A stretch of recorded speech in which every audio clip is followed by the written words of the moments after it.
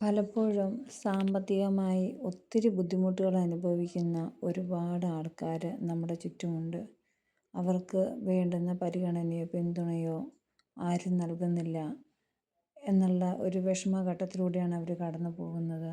അവർക്കത് ആരോടും തുറന്നു പറയാൻ പറ്റത്തില്ലാത്ത ഒരവസ്ഥയും.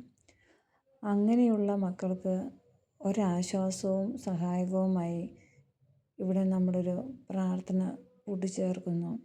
അവർ ആ പ്രാർത്ഥന എപ്പോഴും പറഞ്ഞ് പ്രാർത്ഥിക്കട്ടെ. അവർക്കതും കൊണ്ടൊരു ആശ്വാസവും ഒരാത്മവിശ്വാസവും കിട്ടാനുള്ള സാധ്യതകളുണ്ട്. ദൈവത്തിൻ്റെ എല്ലാ സഹായവും എപ്പോഴും അവരുടെ കൂടെ ഉണ്ടായിരിക്കട്ടെ.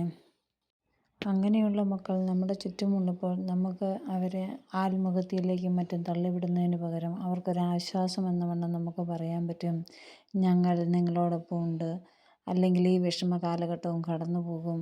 അല്ലെങ്കിൽ എന്താവശ്യമുണ്ടെങ്കിലും നമ്മളെ വിളിക്കാം എന്നിങ്ങനെയുള്ള ഒരു ആശ്വാസ വചനങ്ങൾ പറഞ്ഞാൽ അവർക്ക് ഒരുപാട് ധൈര്യമായിട്ട് മുന്നോട്ട് പോകാനുള്ള ഒരു പിന്തുണ അവർക്ക് ലഭിക്കും.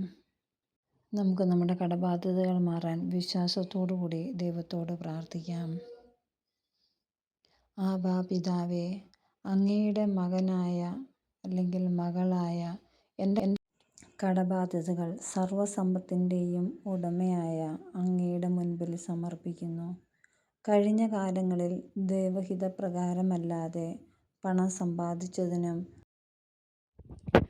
അങ്ങേക്ക് ഇഷ്ടമില്ലാത്ത രീതിയിൽ പണം ഉപയോഗിച്ചതിനും വരുമാനത്തിൻ്റെ ദശാംശം സുവിശേഷ വേലയ്ക്കായി നൽകാതിരുന്നതിനും ഞാൻ മാപ്പപേക്ഷിക്കുന്നു. എൻ്റെ സാമ്പത്തിക ഞെരുക്ക സമയത്ത് വായ്പ തന്ന് സഹായിക്കുവാൻ അങ്ങയുടെ സ്നേഹവുമായി എൻ്റെ അടുത്ത് വന്നവരെ ഓർത്ത് ഞാൻ നന്ദി പറയുന്നു. അവരെ സകല അനുഗ്രഹങ്ങളാലും നിറയ്ക്കണമേ. നിൻ്റെ ജീവിതം കർത്താവിന് ഭരമേൽപ്പിക്കുക, കർത്താവിൽ വിശ്വാസമർപ്പിക്കുക, അവിടുന്ന് നോക്കിക്കൊള്ളുമെന്ന് വാഗ്ദാനം പ്രാപിക്കാം എന്ന വിശ്വാസത്തോടെ എൻ്റെ സാമ്പത്തിക പ്രതിസന്ധിയെ ദൈവതിരുസന്നിധിയിൽ സമർപ്പിച്ച് പ്രാർത്ഥിക്കുന്നു. ദൈവമേ സ്തോത്രം, ദൈവമേ നന്ദി, ദൈവമേ സ്തോത്രം, ദൈവമേ നന്ദി.